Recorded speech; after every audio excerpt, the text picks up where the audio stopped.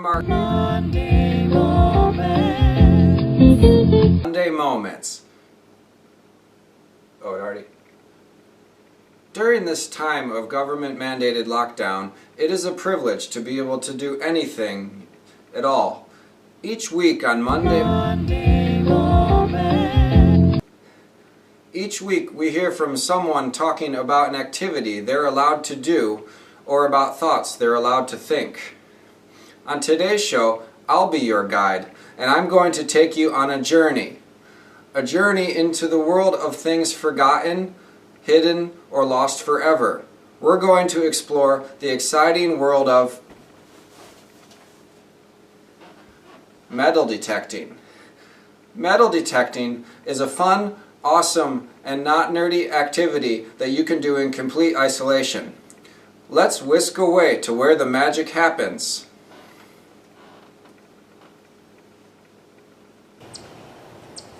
Here we are in the great outdoors. But the first step of metal detecting is to put on something comfortable.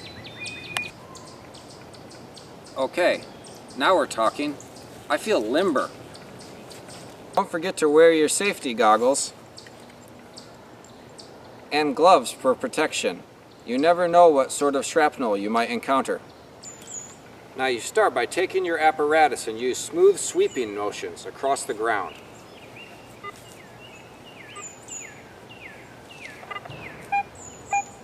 Oh, did you hear that?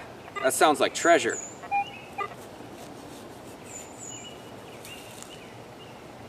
Oh, look.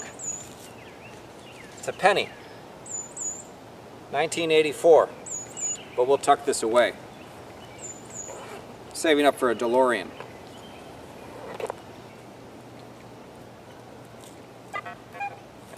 Oh, we got another hit. What do we got here? Oh, look at this. It's a fish. Now I know what you're thinking. You're thinking fish are not made of metal. And you're right, but what you probably also know is that fish can accumulate mercury inside them, and so this little guy probably died of mercury poisoning. Happens all the time, completely normal. No whammies, no whammies, no whammies. All right, another hit. Oh, look at this. Looks like an audio cassette tape. It's a Debbie Gibson Tiffany mixtape. Who on earth would do such a thing? Property of Dennis Gardner. Man, I bet that guy wept for days when he lost this. As you've seen, metal detecting is obviously an exciting and amazing activity. But that's all the time we have. So until next time, here's wishing you more and better Monday moments.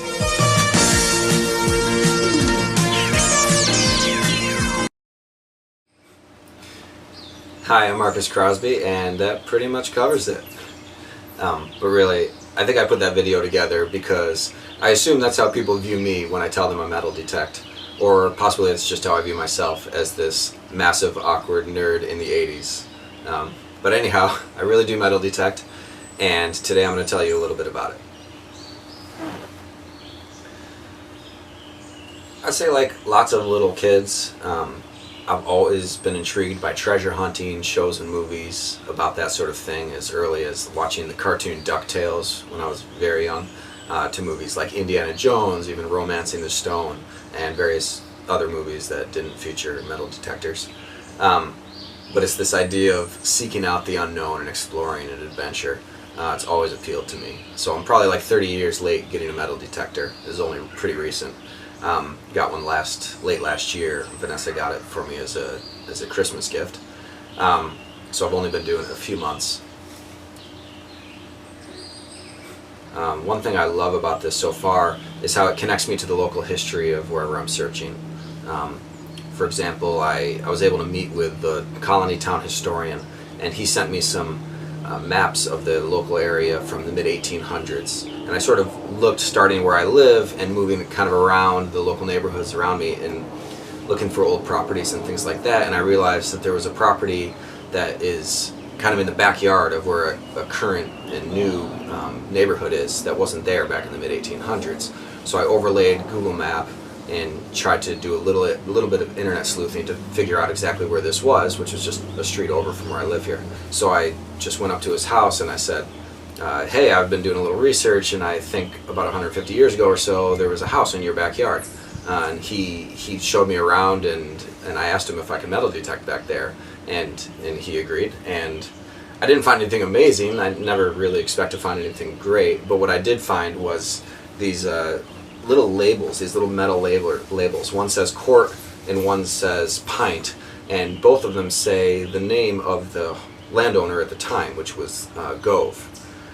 So anything to me that connects what I'm finding to the actual landowners from 150 years ago is really cool to me. Another aspect I love to think about is the stories behind each item, because they all have one. And I think about, how did it get there? Was somebody hopping over a fence when they dropped a coin?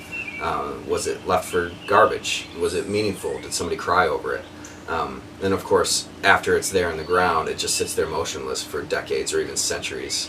It reminds me of the H.G. Wells, the Time Machine movie, where the guy first tries out his time machine. He just sits there and he observes all the days and then seasons and then years whipping by in front of him. That's kind of how I imagine all the items that I'm digging up. Well, I'll just tell you up front, I have not found any treasure, nor do I really expect to. But I've only been doing this a few months, but I've still found some things that I find pretty interesting. Some of the cooler things are like this pocket watch here I found at the house at the end of our road. It was the original farmhouse in the area. Also at the house at the end of my street here, I found this horseshoe, and I know there hasn't been horses there in like 100 years, so that's kind of cool. Various utensils like this spoon, this little fork right here. This was actually from a homestead behind where Vanessa grew up as a child, the woods behind her house. There's the Saratoga homestead, and that started back in the 1700s.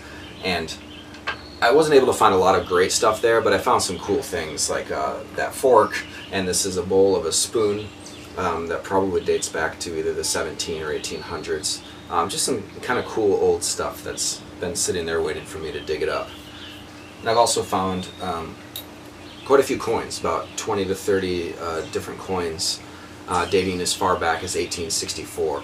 I found a 2-cent piece from 1864, which I thought was pretty cool, as well as a lot of Indian head pennies from the late 1800s, 1880s, 1890s, and early 1900s, plus a couple silver dimes from the turn of that century, and some nickels from back then as well. Other than that, a lot of little odds and ends, a lot of things that aren't of any value whatsoever. Some cool buttons. This is kind of an ornate button, probably off a jacket or something like that. This is an old padlock that says US on the front. I thought that was pretty cool.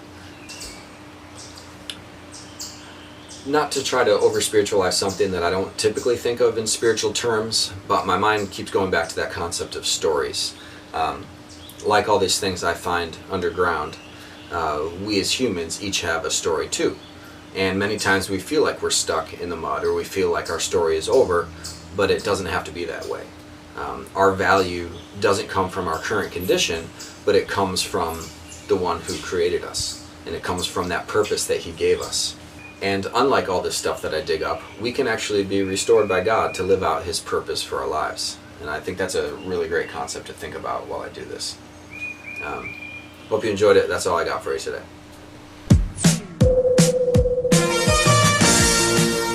Last week I saw a guy metal detecting while rollerblading. It just doesn't get much cooler than that.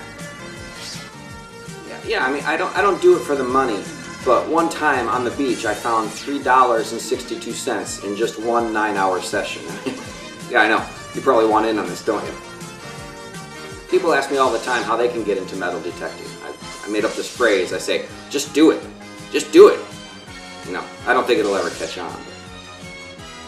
Yeah, my girl is like, hey, why do you gotta go out metal detecting? It's our anniversary. I'm like, baby, where do you think I got your ring?